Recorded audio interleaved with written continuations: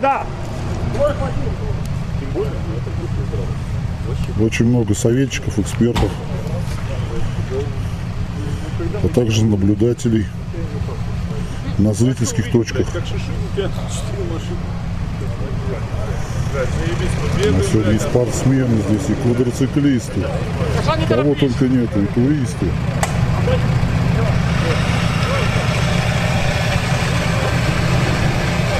Такого никто не ожидал, да, мы так и не доехали.